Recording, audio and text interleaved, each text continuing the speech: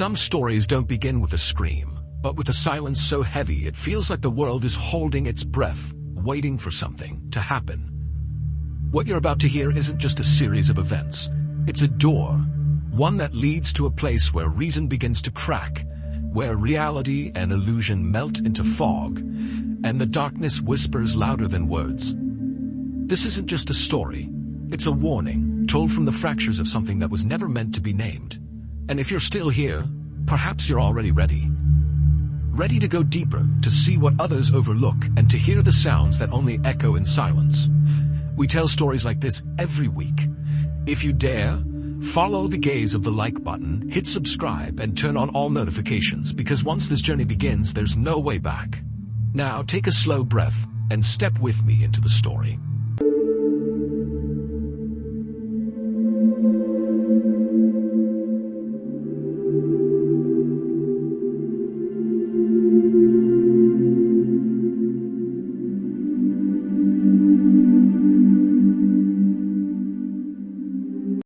Just outside of my hometown, there's a small limestone cave called Mantis Cave.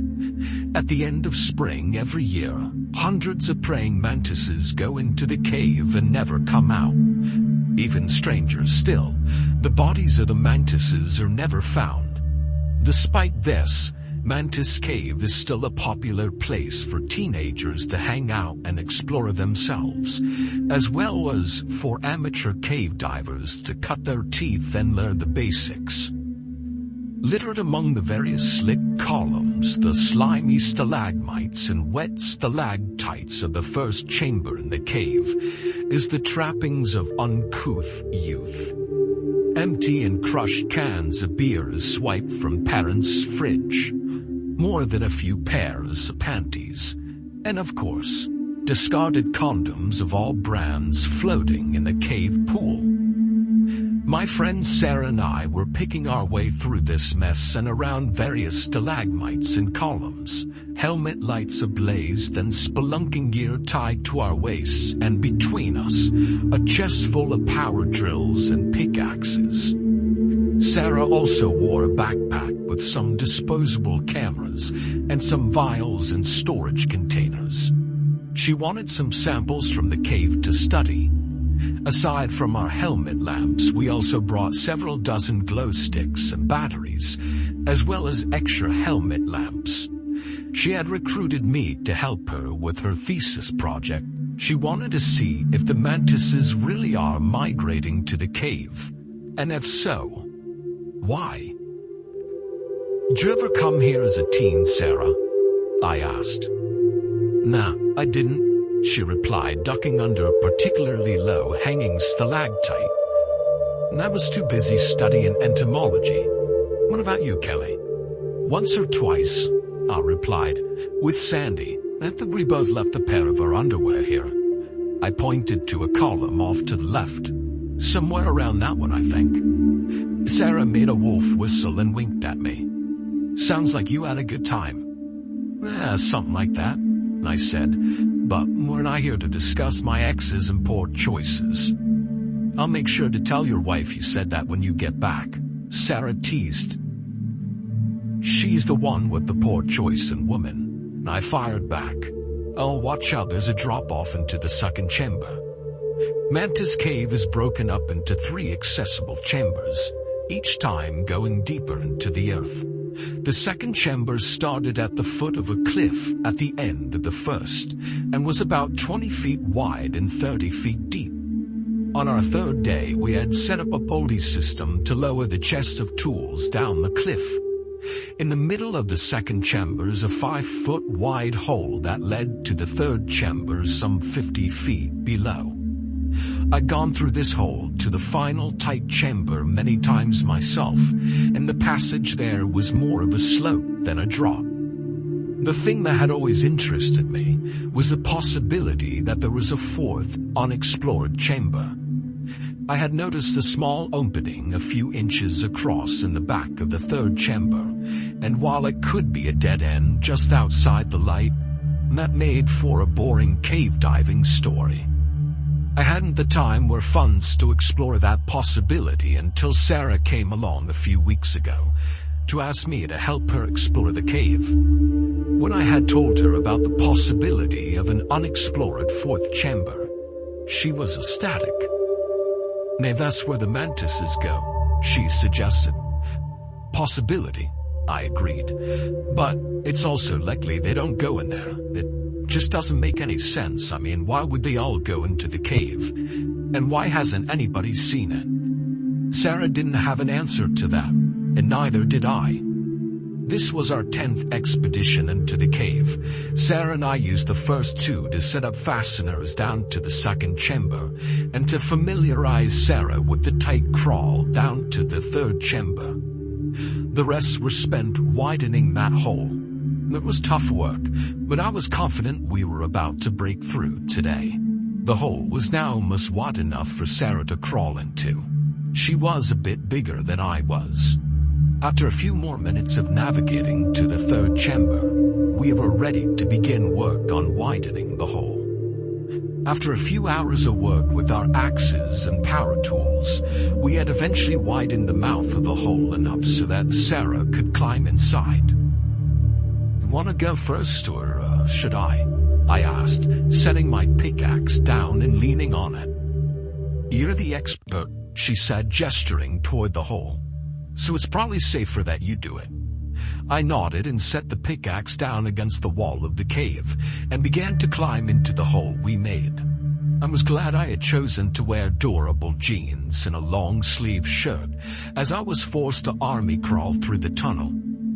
Jagged rocks grazed against my skin, and I could feel the weight of the whole cave above me pressing down on my back as I wriggled on through.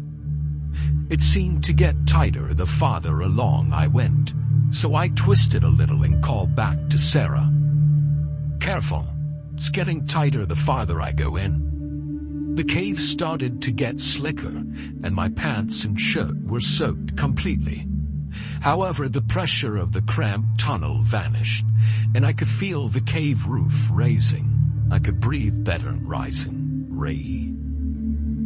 I could breathe better, and eventually I was able to crouch, then stand. I was able to turn around to look at Sarah. "You all right, Sarah?" I asked. She was covered in water, and on her bare arms I could see some bloody scrapes. "Yeah," she said, wincing as she gingerly rubbed her wounds. "Why didn't I listen to you and wear long sleeves?" "Arrogance, I replied with a chuckle. She shook her head and smiled. "Come on, let's go. Looks like we're about to enter your fabled fourth chamber." "Not necessarily," I said. "This tunnel could end at any moment, just beyond the beams of our helmet lamps." She thought about it for a moment. "There's still no mantises yet either." "Come on, let's keep going." I turned and began to walk on. I cracked a glow stick every 5 yards or so and dropped it. Besides giving off light, there were also great markers in case we got lost. The best thing about cave diving is the absolute serene stillness of the cave. It's not necessarily silent, especially not in limestone caves. The steady drip, drip, drip of water echoing throughout, and this mysterious tunnel was no different. There's nothing better than a dark, dank cave. My meditation was interrupted by a sickening crunch beneath my black hiking boots. I lifted my boot and let out a grunt of disgust. On the sole of my boot there was a large bright green dead mantis. I could pick out its twin scythe-like forelegs and a strange black goop forming their own little columns and dripping stalactites. "Holy shit," I said. "Sarah, I found a mantis." "Really?" Sarah rushed over to me excitedly and checked out the insect. "Wow." She crouched down and took a small disposable camera and took a photo, the automatic flash illuminating the cave walls briefly. She took a pair of tweezers and picked the remains of the mantis off my boot, and she put it into one of the storage containers.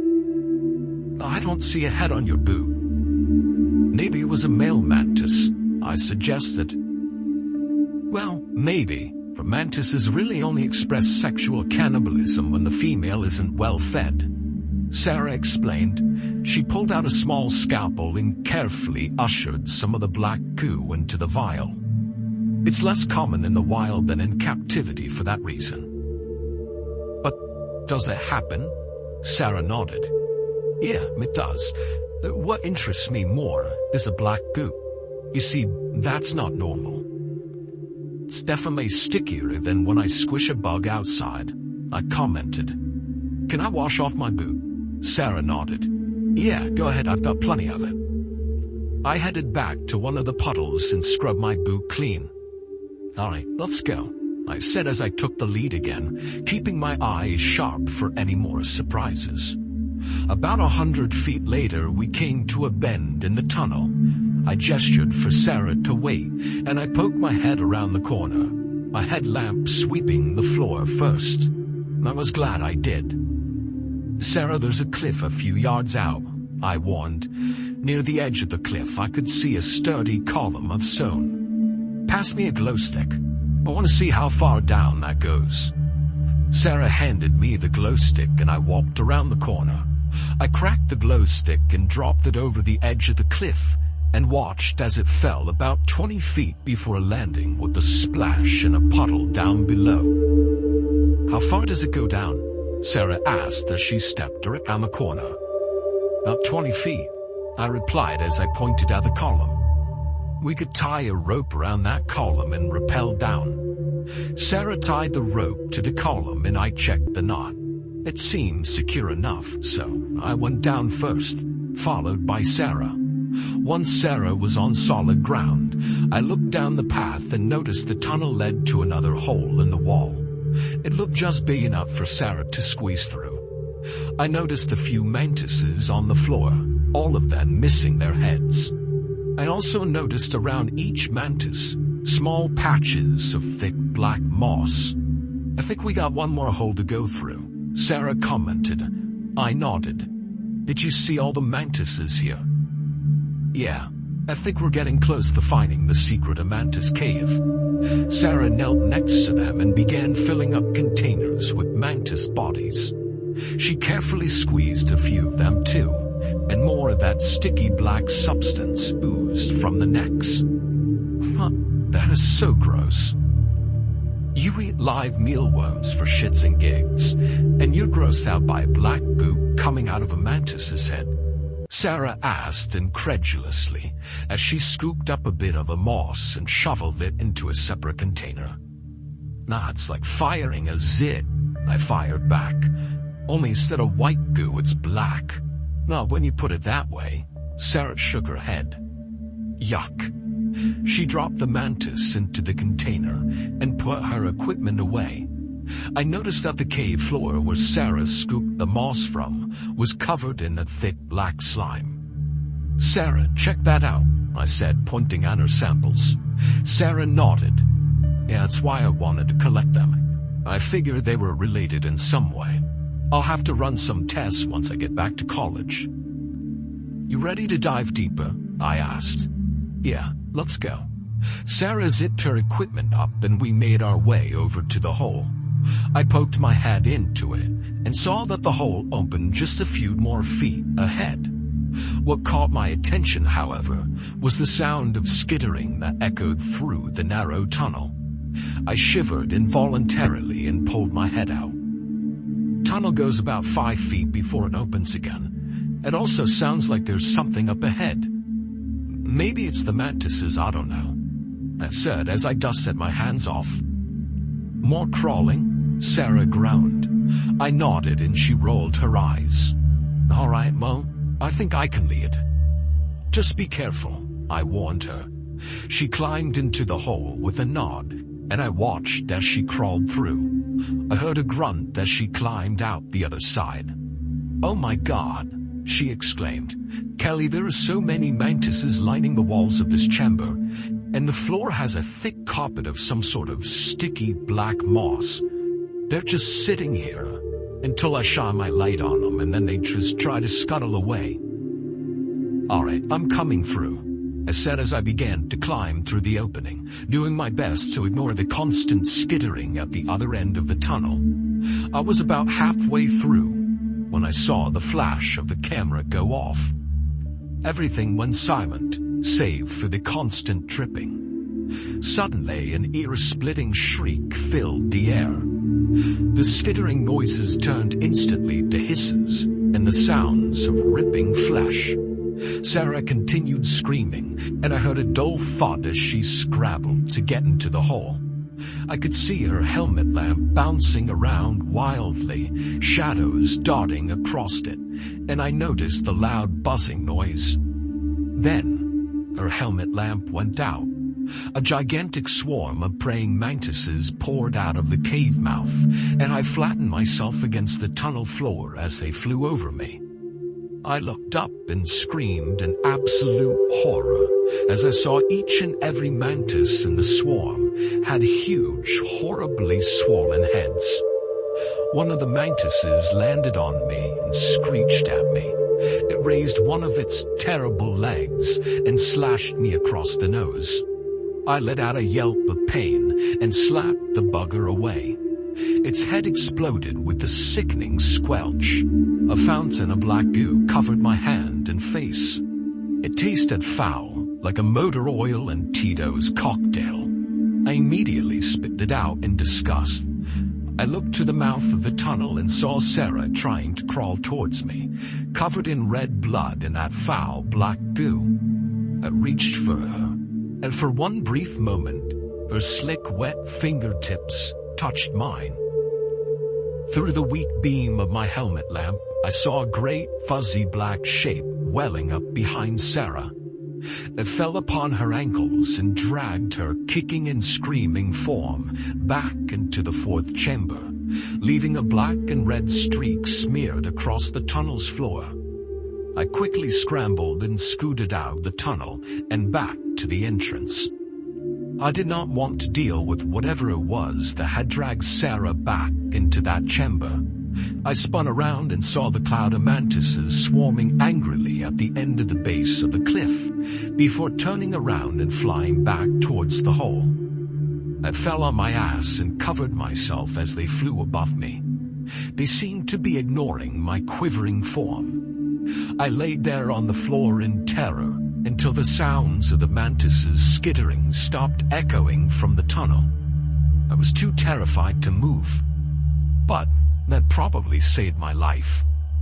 I got up and ran back to the cliff. I would come back for Sarah later.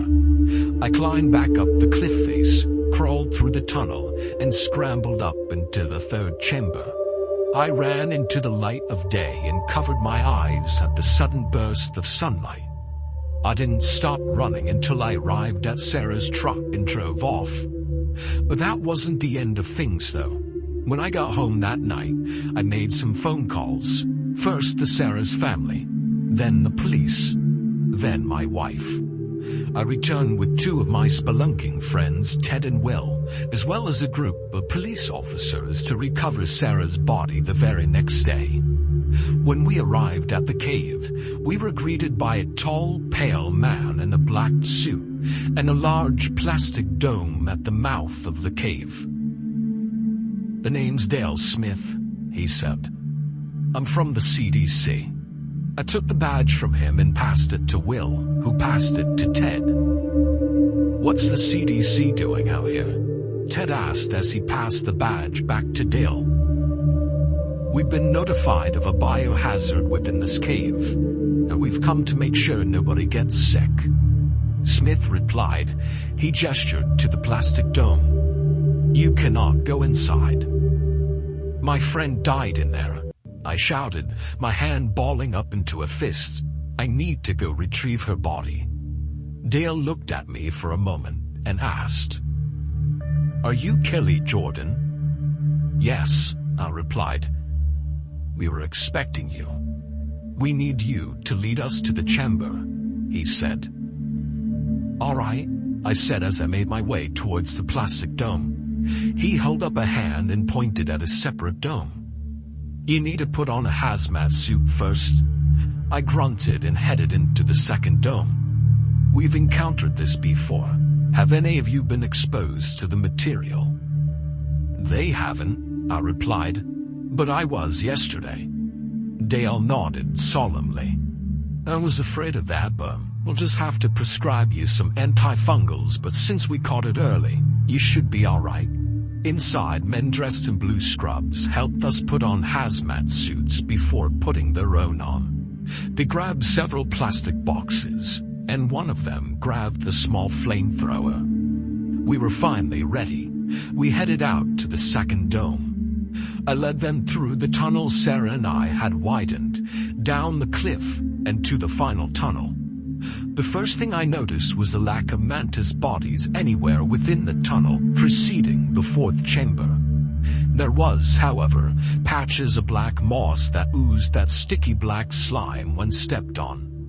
We crawled through the tunnel and I noted that there were several long streaks of black moss at the end, roughly where Sarah had been yanked from my grip.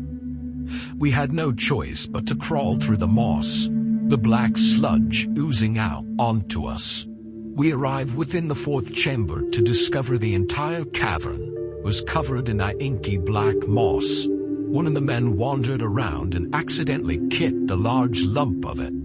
It came free with a sound not unlike the tearing of cloth. Underneath the mossy carpet was a human skull, covered in the black slime of the moss. "Says Sarah?" exclaimed a shocked Will.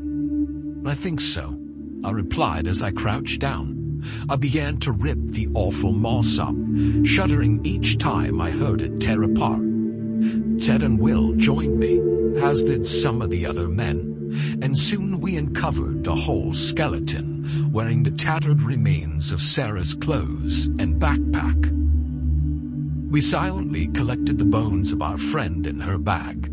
We carried her out of the tunnel in boxes as the men from the CDC collected samples of the moss and the ooze. The last guy to leave was the man with the small flamethrower. He lit it up and fired at the moss. The moss began to wail as it crackled and burned. Ted, Will, and myself looked at each other in absolute horror as we listened to the shrieks of pain. The men from the CDC simply waited, glassy-eyed and bored. We were then escorted back out. The CDC confiscated Sarah's samples, as well as her bones, for a few weeks while they ran some tests on it. It turns out, the moss was related to a fungus in the South American rainforest. In the rainforest of South Africa, there is a fungus that hijacks the bodies of ants and spiders. For the gestation period of the fungus, the host goes about doing its normal thing. When the fungus is ready to reproduce, it hijacks the host's body and forces it to hang just above the forest floor, where it rains its spores down on passing insects below, further spreading its spores.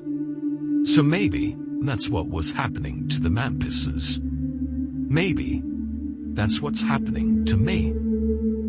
I woke up last night just outside the mouth of the cave, with a small, soft lump on the top of my head.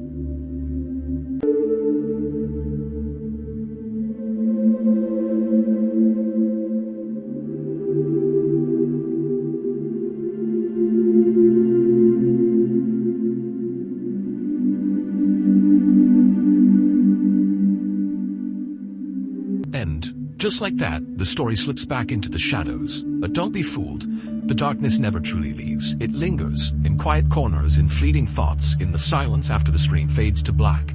What you've witnessed is only one fragment of a much larger mystery, a puzzle still unraveling, piece by unsettling piece.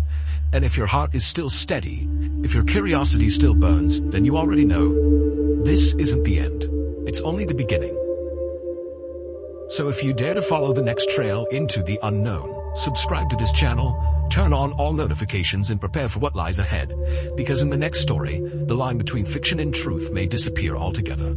Leave a like if your pulse hasn't betrayed you yet. Share your thoughts in the comments below. And remember, in the quiet between stories, something is always watching. I'll see you in the next descent into the shadows.